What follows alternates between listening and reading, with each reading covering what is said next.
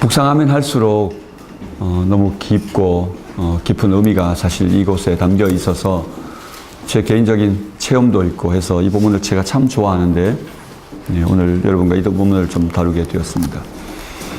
시편 23편과 더불어서 제가 제일 좋아하는 본문이 창세기 22장입니다. 한번 우리 본문을 한번 펴볼까요?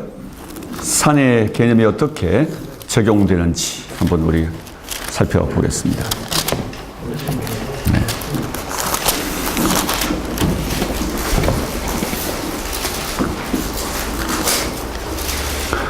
창세기 22장 안에서 산이라고 하는 구체적 하나님의 지시되어지는 한 지명이 위치가 나오죠.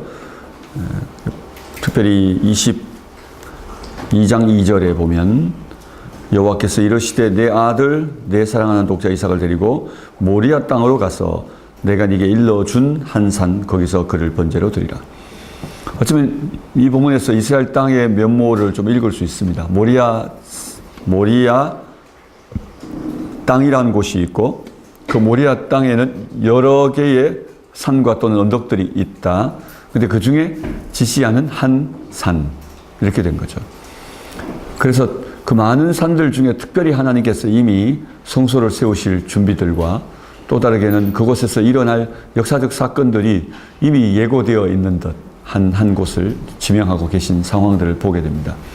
지리적으로 이 본문 안에 예루살렘이 산들로 둘러싸여 있는 곳이라는 사실을 이해되고요. 시편에 보면 이 말씀이 나와 있지 않습니까? 예루살렘은 산들로 둘러싸인 곳이라고요.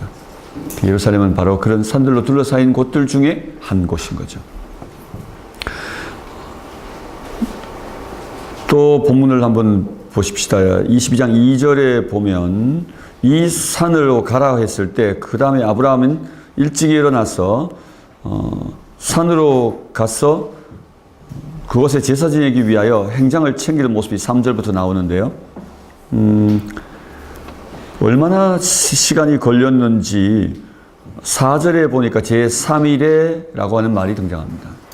그들이 지금 아브라함은 어디에 있습니까?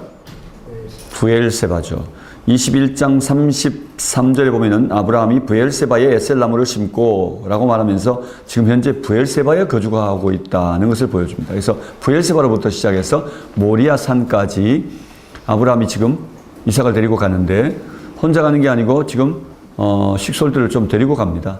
종들을 데리고 함께 이동해 가는데 지금 3일째 되는 날에 모리아산을 만납니다. 제3일에 The third day입니다. 세 번째 날입니다. 그러니까 full day 이틀 정도를 소비했고 그 다음에 세 번째 날에 모리아산을 마주 대할 정도의 굉장히 빠른 걸음이었다고 여겨집니다. 왜냐하면 예루살렘에서부터 브엘세바까지 거리가 직선 거리가 80km 정도 됩니다. 고대의 군대들이 캠페인을 하면 그 캠페인을 한 여정들을 모두 더해서 조합하면 평균치를 이야기할 때 보통 25km 정도 이야기합니다. 빨리 가면 뭐 30km도 행군할 수 있겠지만 그렇지만 평균치가 한 25일. 그래서 어디에서 어디까지 며칠이요, 어디에서 어디까지 며칠이고 뭐 이제 이런 어떤 캠페인을 한 흔적들, 고대 문서들을 전부 통계를 내면 대군의 이동들은 주로 하루에 한 25km 정도를 평균 이동했구나 이렇게 예정이 되는 겁니다. 개인적으로 가니까 군대보다 조금 빠를 수도 있겠습니다만 80km면 25km씩 치면 실제로 3일 길을 넘어서고 네 번째 날, 그죠? 모리아산을 보았다 해야 맞는 겁니다. 그러면 일반적인 걸음보다 굉장히 빠른 걸음으로 갔다는 이야기입니다. 30km, 25km 갈 걸 30km 가도 굉장히 빠른 걸음인데 35km씩 정도 속도를 더 내면 이게 그냥 엔진이 아니고요. 엑셀레이터만 밟으면 그냥 가속화되어서 달리는 차가 아니고 사람이니까 여러분 얼마나 바쁜 걸음으로 종종 걸어가야 할지를 보여줍니다. 쉬어야 할 때 쉬지 않고 그냥 예루살렘을 향해 모리아를 향해 곧장 그냥 내달리듯이 걸은 이 아브라함의 모습을 볼 수 있는 것이 바로 이 제3일에라고 하는 단어입니다. 그리고 그 3일에 아브라함이 눈을 들어 그곳을 바로 한 산이죠. 그곳을 멀리 바라보았다. 합니다. 그러니까 멀리 보았으니까 사람의 눈 안에 시야에 그 정도 들어올 수 있다면 한 10km 정도 남았다고 볼 수 있습니다만, 그러나 실제로는 산들로 되어 있기 때문에 이 예루살렘을 가까이에서 볼 수 있는 곳은 굉장히 가까이 왔을 때입니다. 베들레헴에서도 예루살렘의 산이 실제적으로 잘 안 보입니다. 네, 예루살렘 성전, 거기에 높이 쌓여 있는 도모부락, 그죠? 바위 사원, 황금 사원이 베들레헴을 넘어오면서도 사실은 지금은 도시들이 가려서도 또 안 보이긴 하지만 진짜 잘 안 보입니다. 그러니까 낮은 쑥 들어가 있거든요. 아까 보셨죠? 산과 산들 속에 예루살렘 위치가 내려가 있다고, 감람산하고. 그렇기 때문에 굉장히 가까이 진입한 거니까 상당히 정말 빠른 걸음이었구나 하는 것을 충분히 본문에서 들여다볼 수 있죠. 자, 그리고 또 한번 가보십시오. 5절에 보면 아브라함이 종들에게 너희는 나귀와 함께 여기 기다리라. 내가 아이와 함께 저기 가서 예배하고 우리가 너희에게로 돌아오리라. 그래서 여기에 우리가 너희에게로 돌아오겠다는 말 안에 아버지와 아들이 함께 돌아오겠다는 말이 들어있고, 이것을 히브리서에서 받아서 믿음으로 아브라함은 이렇게 설명하면서 이삭이 다시 살아날 것에 대한 믿음을 가졌다, 이렇게 우리가 알고 있고, 또 믿음으로 드려진 바로 이삭, 또는 믿음으로 다시 얻은 이삭에 관한 이야기를 이 본문에서 우리가 얻을 수 있다고 생각합니다.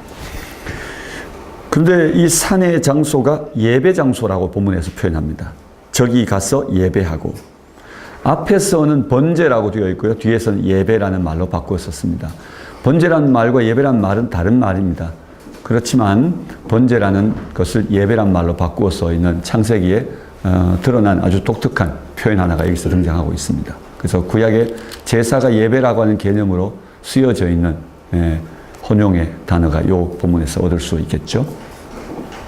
그 다음에 또 넘어가 보십시오. 6절에 가면 아브라함이 이제 번제나무를 가져다가 그의 아들 이삭에게 지우고 자기는 불과 칼을 손에 들고 두 사람이 동행하더니, 한 손에는 불인데 불을 어떻게 들었겠습니까?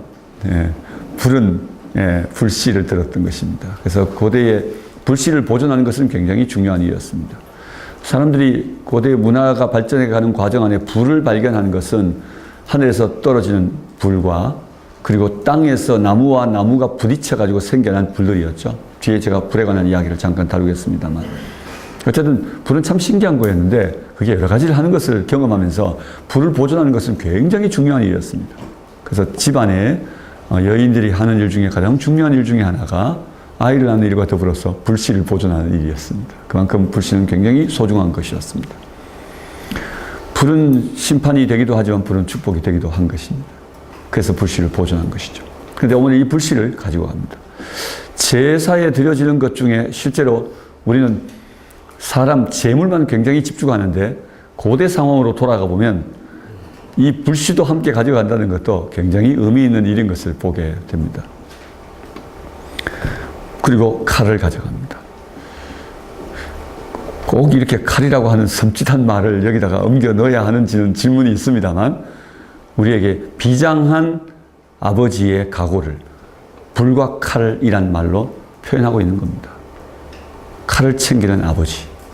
단순히 칼이 아닙니다. 과일 깎기 위한 칼이 아니라 자식을 번제로 드리기 위한 칼입니다.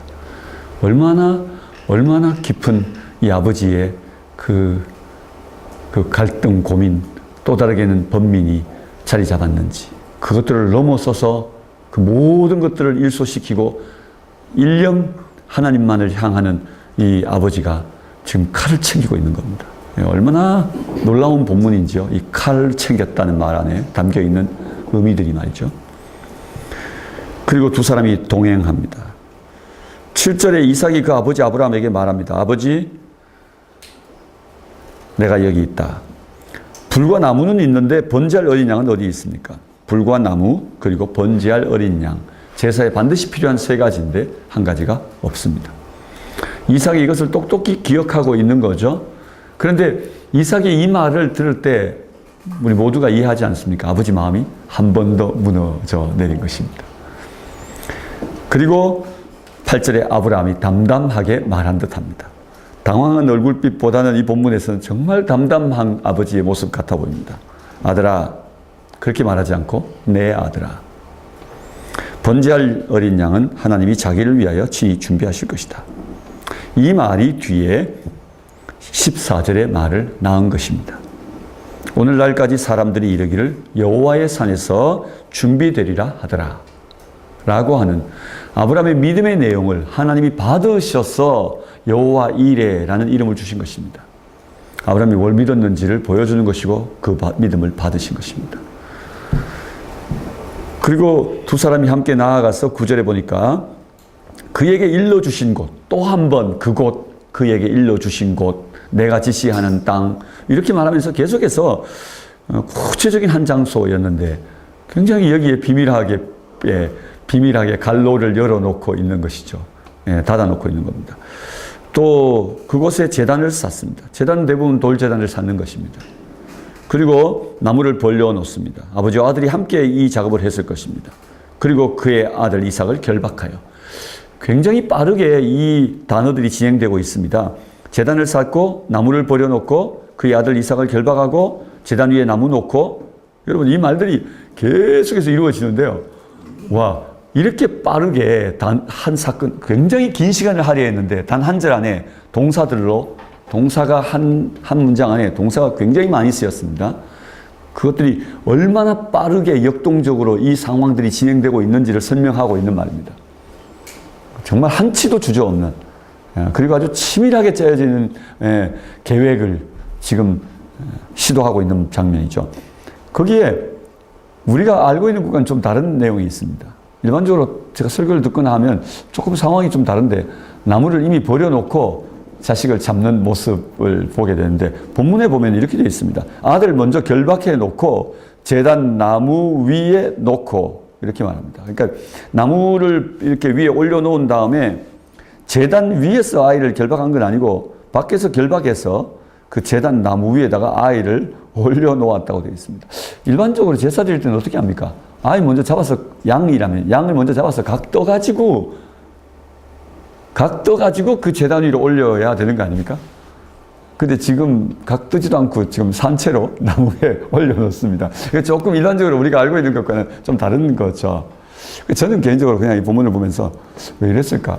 정말 살려주신 걸 확실히 믿은 건가? 칼 내리 꽂으라 할 때 그냥 하나님이 딱 멈춰줄 걸 믿었던 건가? 아니면 죽이면 살려주신다고 믿었던 건가? 그래서 아예 밑에서 그냥 각을 뜨고 올려야 되는 걸 텐데 왜 이랬을까? 그냥 어쨌든 그냥 질문이 남습니다. 해석은 저도 모르겠습니다. 예, 어쨌든 저는 꼼꼼하게 읽어보니까 그렇더라고요. 그래서 일반적으로 우리가 알고 있는 것과는 조금 다른 장면들이 보입니다. 여러분, 손을 내밀어 칼을 잡고 그 아들을 잡으려 하였다.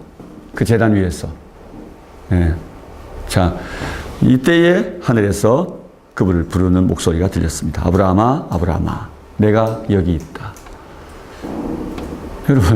여러분 같았으면 어떻게 말씀하겠습니까? 아브라함아, 아브라함아, 멈춰라. 하나님 지금 급한 순간에 아브라함아, 아브라함아, 내가 여기 있다. 이건 기다린 사람에게 하시는 말씀입니다. 기다리지 않은 자에게는 이렇게 말하지 않습니다. 네. 하나님이 준비하실 것을 믿은 자에게 하는 말입니다. 기다린 자에게 하는 말씀입니다. 여러분, 찾지도 않는데 내가 여기 있다 하지 않습니다. 기다리고 있었습니다. 저는 이 장면에 제가 아브라함이라면 저는 못 믿을 것 같습니다. 저는 칼을 내리꽂지 못할 것 같습니다. 근데 정말 아브라함이 하나님을 기다렸구나. 네. 그 하나님에 대한 철저한 신뢰, 그 아들이 반드시 살아날 것을 믿는 것만 아니라 이 순간에 하나님이 나타나실 것을 어느 순간일까? 도대체 어느 순간일까? 그냥 그 믿음으로 앞으로만 계속해서 걸음걸음 옮기고 있는 거죠. 그런데 다 결정적 마지막 순간에 나타나신 것입니다. 하나님 이런 분인 것 같습니다. 우리의 편에는 반드시 이 믿음을 필요로 하는 것 같습니다. 그래서 경외란 한 단어를 이 본문에서 얻게 됩니다. 경외는 뭡니까? 철저한 하나님에 대한 신뢰입니다. 경외는 그가 그리 하실 것을 믿는 것입니다. 근데 여러분, 여기서 한 가지를 더 넘어서야 합니다. 그게 뭘까요? 그리 아니하실지라도. 그게 두 번째 경외입니다. 여러분, 성경 안에 그리 하실 것을 믿는 믿음으로 경외를 드린 이들이 있고요. 또 그리 아니하실지라도 경외를 드린 이들이 있습니다. 그게 바로 사드락과 메삭과 아벳느고, 다니엘의 세 친구가 그렇게 했습니다. 그리 반드시 하실 것이다. 우리가 불 속에 던져도 7배나 뜨겁게 한 풀무불 속에 나를 던져도 반드시 하나님 날 지킨다는 믿음이었습니다. 사실 믿지 않고 들어간 게 아니고요. 그리 아니하실지라도의 그것은 예외였습니다. 그건 그리 아니하실지라도의 경외를 드린 것입니다. 그렇지만 본 말은 그리 하실 것을 믿는 믿음이었습니다. 그 경외를 드렸죠. 아브라함은 이 본문에서 저는 그렇게 읽혀집니다. 그리 하실지라도의 경외를 드린 것입니다. 그리고는 그걸 넘어섰을 것 같아요. 그리 아니하실지라도. 저 개인적인 체험이라는 것은 사실은 아들을 드린 적도 없고요. 아들 바치라고 저 못 바칠 것입니다. 근데 꿈은 드렸습니다. 비전은 드렸습니다. 사실 저는 이렇게 사는 것이 비전은 아니었습니다. 저는 나름 꽤 괜찮은 꿈을 나름대로 꿨는데, 요즘은 제가 그런 생각을 하지 않습니다만, 상당히 최근까지는 제 마음속에 늘 이런 마음이 있었습니다. 하나님을 향해서, 하나님, 전 정말 열심히 하나님을 위해 살았는데 저는 꼭 적자 아니고 서자 같습니다. 이런 마음이 들었습니다. 왜냐하면 꿈 정말 야무지게 꾸고 그 꿈 이루기 위해서 정말 야무지게 살았던 것 같은데, 어느 날 순간 하나님 앞에 내 인생 돌려주십시오, 뭐 이런 마음이 들 정도로 말이죠. 내 청춘은 뭐냐, 이런 마음이 들 정도로 조금 제 인생 전체에 대한 허무한 마음이 이렇게 제게 이렇게 확 밀려오는 때가 있었습니다. 내 비전을 하나님 앞에 드려버린 거죠. 그러고 나니까 다 무너진 것 같았습니다. 근데 하나님께서는 우리에게 이렇게도 하시는 것 같아요. 절대 주권인데, 저는 절대 주권은 언제나 이 상황에서만 가능하다 생각했습니다. 시위를 떠난 활은 돌아오지 않는다. 이게 절대 주권이라도 이미 안 되는 일이라 생각했습니다. 근데 시위를 떠난 활도 다시 시위로 돌아올 수 있다는 것, 이게 절대 주권 같아요. 네. 하나님이 모든 걸 다시 원상으로 돌려놓은 일도 가능한 것 같아요. 제가 하나님을 위해 또는 하나님이 제 마음에 주신 꿈들이 있었는데, 근데 그 꿈들이 어느 순간에는 제 꿈이 아니라 하나님의 꿈인 것을 제가 모르고 제가 꿈의 주인이 되어버렸더라고요. 그래서 하나님이 제 꿈을 거두어 가시는 것을 제가 경험했습니다. 저는 이렇게 살고 싶지 않았습니다.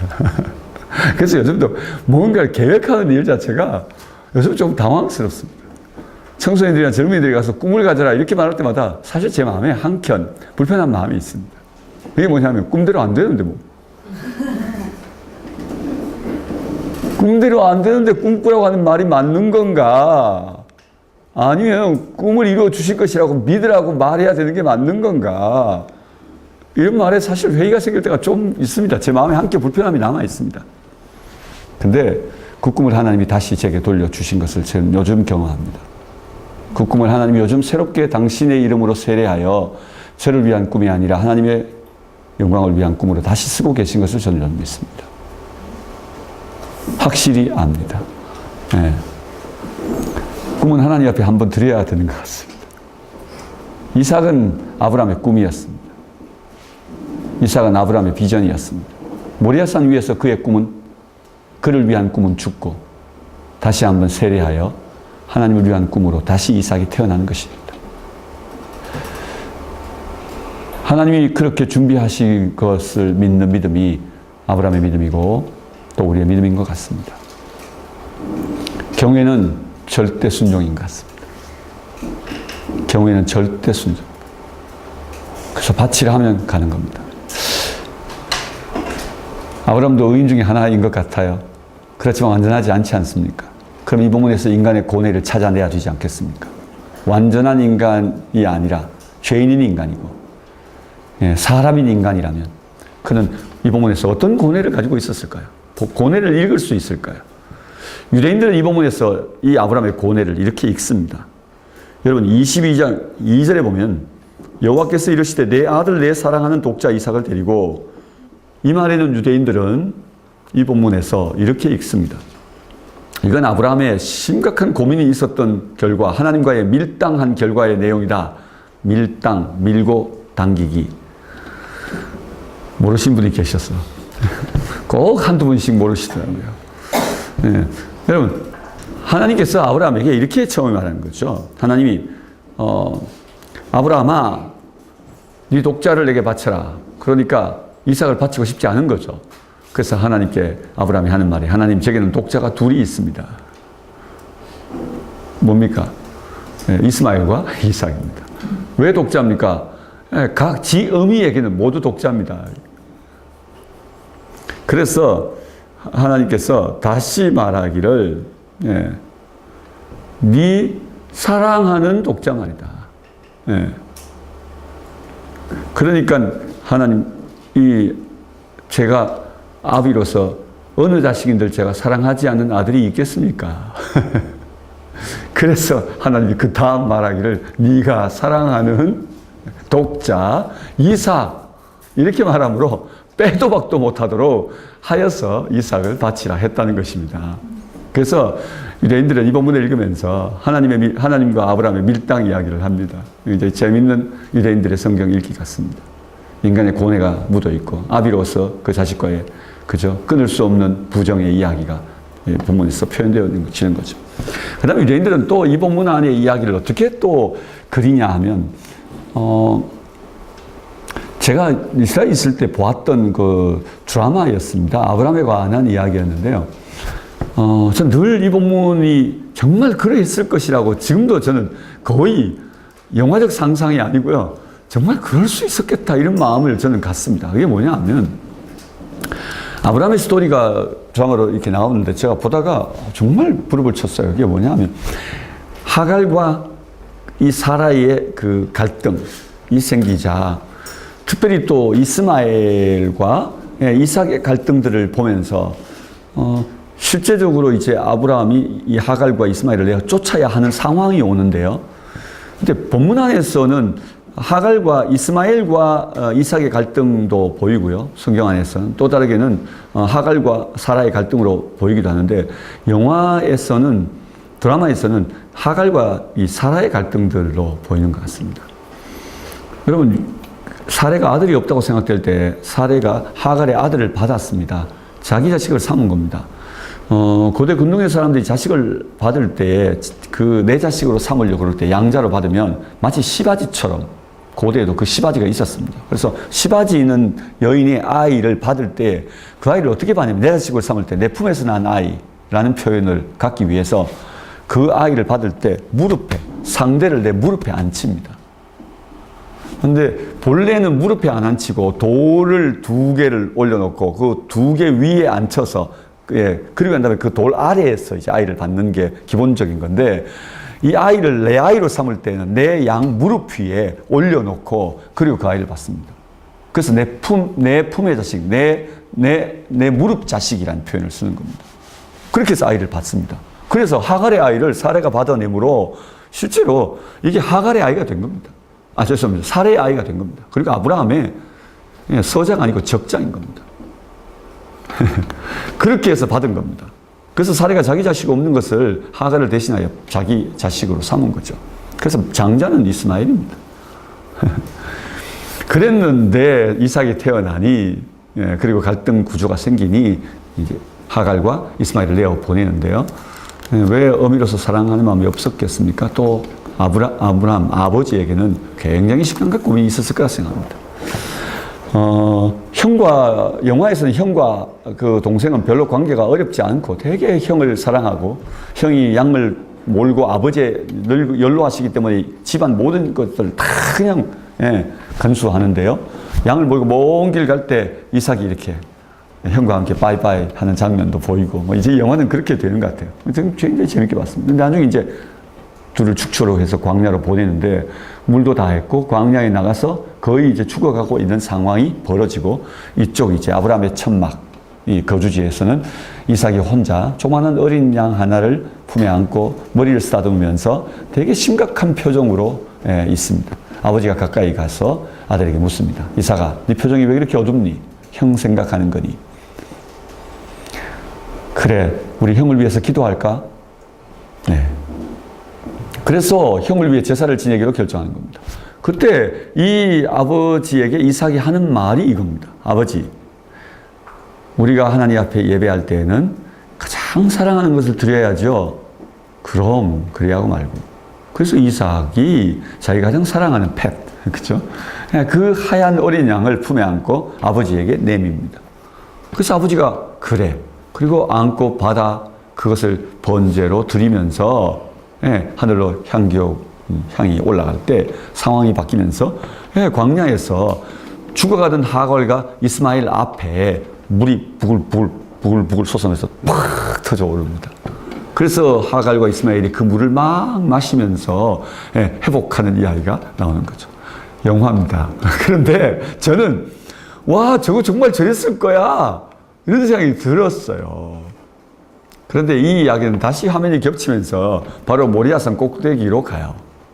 그래서 모리아산 꼭대기 위에서 아브라함이 이 번제 드릴 나무를 이렇게 벌려놓고 이삭에게 이렇게 말하는 겁니다. 이삭아, 하나님께 예배를 드릴 때, 제사를 드릴 때 무엇을 드려야 하니? 가장 사랑하는 것을 드려야지요. 그래서 이삭에게 아버지가 말합니다. 나는 너를 가장 사랑한다. 이삭이 아무 말도 않고 두 손을 내미는 겁니다. 그래서 아브라함이 이삭을 결박하여 그를 나무 위에 올려놓는 겁니다. 저는 그래, 저게 맞을 거야. 요세푸스는 이삭의 나이를 25이라고 말하고 있고요. 이스라엘 사람들, 유대인들의 미슈나에서는 36세로 말합니다. 왜냐하면 37세에 그가 결혼했기 때문에 이 22장 본문 뒤를 이어가는 23장에서 이삭이 37에 결혼하게 되는 것이거든요. 네. 그렇죠? 저만 아는 이야기인가요?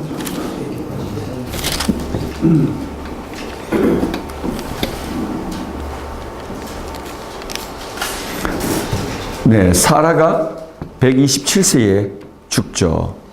그리고 그때 이삭이 결혼하여 지죠. 그래서 37세로 보는 겁니다. 자, 어쨌든 다시 돌아오면 36살 된 아들을 137세 된 아버지가 어찌할 수 없습니다. 25된 요세푸스의 기록에 따르는 25된 아들을 125세인 아버지가 어찌할 수 없지 않습니까? 결국은 이것은 아브라함의 믿음만 아니라 이삭의 순종도 돋보이는 본문입니다. 그리고 이 둘의 오랄 토라, 오랫동안 아버지에 의한 오랄 토라의 결과로 하나님께 드리는 예배하는 법을 배운 결과인 것입니다. 오랄 토라의 결과죠. 그래서 저는 이 본문 안에 등장하는 이삭의 정말 충성되고 정직하고 순결한 그의 믿음은 한번 하나님 앞에서 죽었다가 다시 산 자라고 하는 그 삶이 후에 어떤 결과를 갖는지 아십니까? 누구보다도 탁월한 영성을 그가 갖게 된 겁니다. 가장 실수 없는 족장은요, 이삭입니다. 가장 완전한 족장의 모습을 사실은 세 족장 중에 하나를 꼽으라면 저는 이삭을 꼽을 수밖에 없습니다.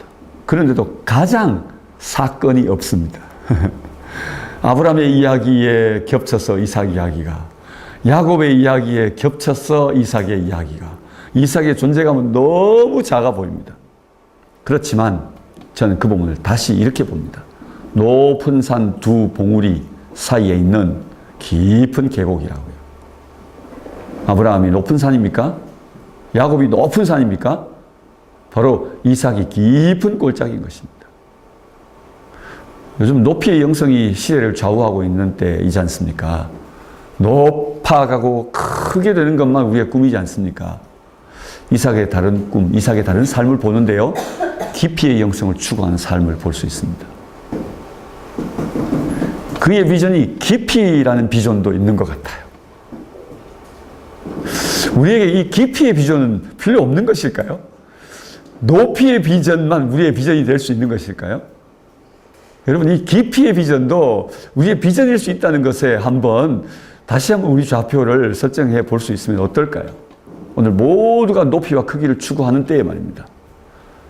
이삭은 그런 사람입니다. 어떻게 이삭이 이럴 수 있을까? 가장 실수를 최소한 인간일 수 있었을까? 저는 모리아산 꼭대기에 경험이 그를 그렇게 낳은 것입니다. 한번 죽었다 산 님들이요 귀하게 살더라고요. 네. 저는 그래서 이 경외란 단어 안에는 믿음도 있고 이 경외란 단어 안에는 순종도 있는 것 같다는 것을 이 본문에서 보았습니다. 자, 이 산은 하나님의 이름을 또 다시 주시는 곳이 되어졌습니다. 그것은 뭐냐 하면 야훼 이레입니다. 여러분 이레라는 단어가 미완료형으로 써져 있는 거 아시죠?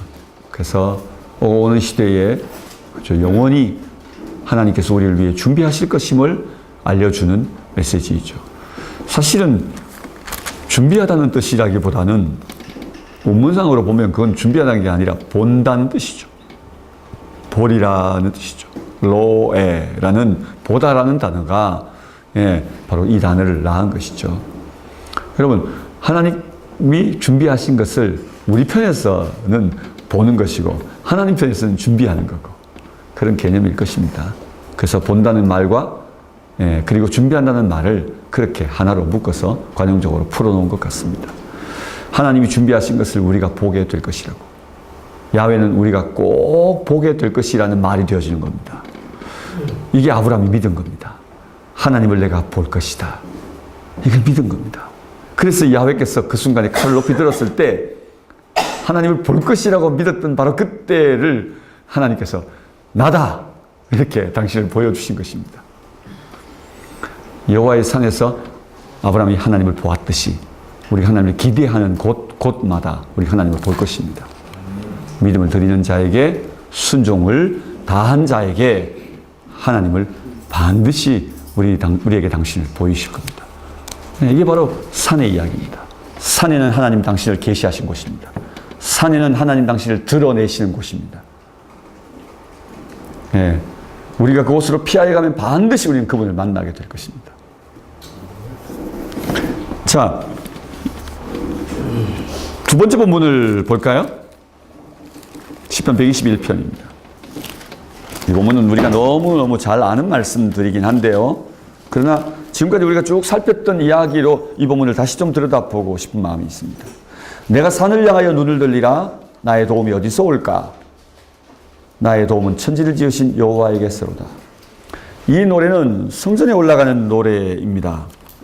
시편 120편부터 시작해서 134편까지 15개의 시편이 성전에 올라가는 노래라 되어 있습니다.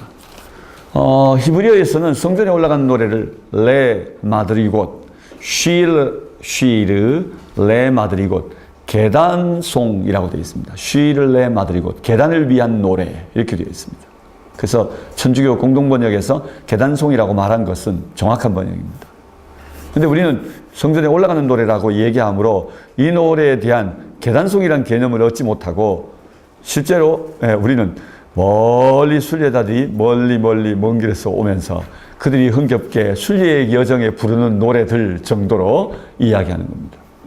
뱃노래가 땀을 흘리며 노를 젓는 뱃사공들의 그들의 땀을 씻기고 고된 노고를 잊게 하는 노래인 것처럼 순례자들의 고된 여정의 노고를 잊게 하는 노래가 아마 이런 노래일 것이다 이렇게 생각하면서 우리는 이 노래를 생각합니다. 그러나 실제적으로 이 노래 앞에 붙어있는 말은 쉬레 마드리곳, 계단송, 계단을 위해 부른 노래 이런 말입니다. 그러니 이 말은 해석이 필요한 거죠. 정말 계단 앞에서 부른 노래입니다. 성전에 올라갈 때 뛰어 올라가지 못하도록 계단을 만든 것입니다. 여러분 본래 제단에는 계단을 못 만들도록 되어 있었습니다. 이스라엘의 제단에는 계단을 못 만듭니다. 왜 그렇습니까? 하체가 드러날까 해서. 그러면 이 계단은 도대체 어디일까요?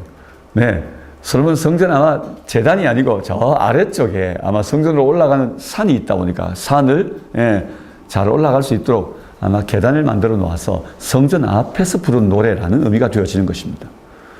그래서 이 노래는 대부분 짧습니다. 길지 않고 짧은 것은 민요적 성격을 가지고 있기도 하지만 그러나 짧은 계단을 올라가는 그 여정에서 그들의 마음을 하나님 앞에 새롭게 하면서 부른 노래이기 때문에 이런 정도의 짧은 노래가 되어 있습니다. 헤롯 대왕이 지은 헤롯 성전, 지금 남아있는 잔재 유적들의 앞에 성전에 올라가는 쪽에 계단이 있는데요. 그 계단에는 한 개 짧고 한 개 길게, 한 개 짧고 한 개 길게 이렇게 되어 있습니다. 그래서 스텝을 저도 오늘 집에서 나올 때 조금 마음이 바빴어요. 계단을 내려올 때 제 스스로 요즘은 발이 옛날처럼 그렇게 빨리 움직이면 꼬여서 넘어질 수 있기 때문에 제가 조심스럽게 한 발 한 발 제가 발을 디디면서 계단을 잘 보면서 내려왔습니다. 안경을 제가 안 끼는데 이제 노안이 오면서 안경을 끼고 난 뒤부터는 착각이 종종 일어나가지고요.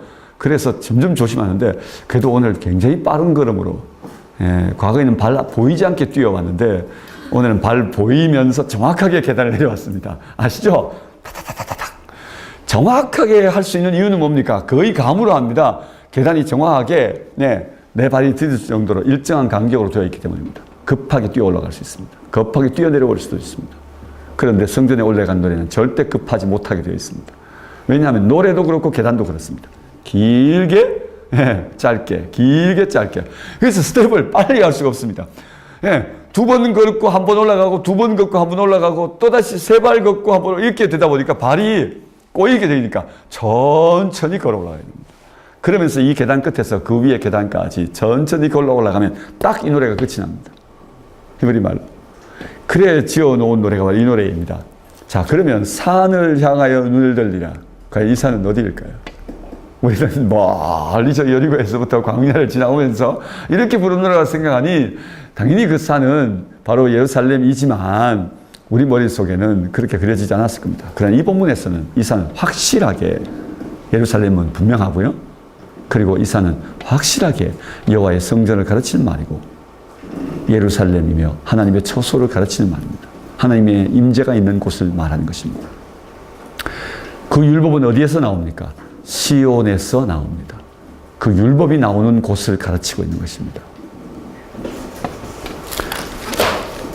그리고 그 산은 구약적 의미를 다 더한다면 하나님이 계신 처소이고 그리고 우리가 피하여 가는 곳이기도 한 것입니다. 내가 산을 향하여 눈을 들리라 라는 이 산이란 말에 얽혀있는 많은 의미가 오늘 우리가 이 본문을 다시 극대화하고 좀 더 깊이 통찰할 수 있게 우리 눈을 열지 않습니까? 내가 산을 향하여 눈을 들리라.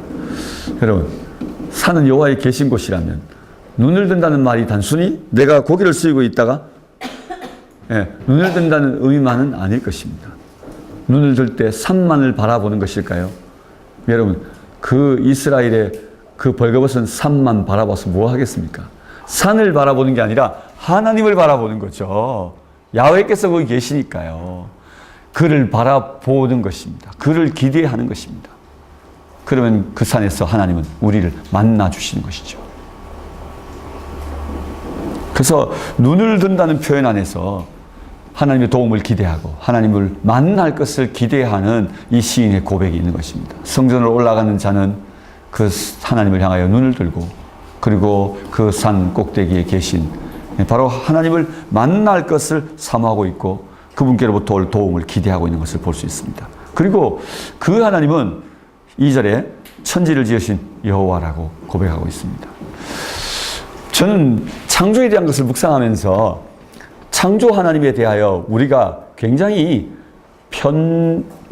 균형을 잃게 이해하고 있는 것 같다 생각하는 여지가 있습니다. 그게 뭐냐 하면 창세기 1장 1절의 선언은 실제적으로 온 우주를 창조하신 하나님 당신에 대한 선언일 뿐만 아니라 역사 속에 들어오신 하나님을 설명하는 말입니다. 다시 말하면 창조한 날 6일의 하나님을 묵상하느라 창조하시고 그저 온 세상을 지으신 6일의 하나님만 우리가 붙들고 묵상하느라 창조하신 이후에 그 창조 세계 가운데 거하시는 하나님 창조 역사를 6,000년이 합시다. 지금까지 구약 4,000, 신약 2,000 6,000년의 하나님을 망각하고 있는 것과 같다고 저는 생각합니다. 창조의 하나님에 대한 이해는 6일 하나님만 아니고 7일 하나님만 아니고 6,000년의 하나님인 겁니다. 역사 속에 계신 하나님. 그래서 우리는 그 하나님에 대한 묵상이 좀 필요할 것 같습니다. 여기 천지를 지으신 하나님도 여러분 단순히 6일 창조한 그 하나님만을 부르짖고 있는 게 아니라 6천년 역사 동안 당신이 지으신 피조세계 안에 그것을 운행하고 붙드시고 그리고 그것을 보호하시며 그것들을 다스리고 계신 하나님을 의미하고 있는 것입니다.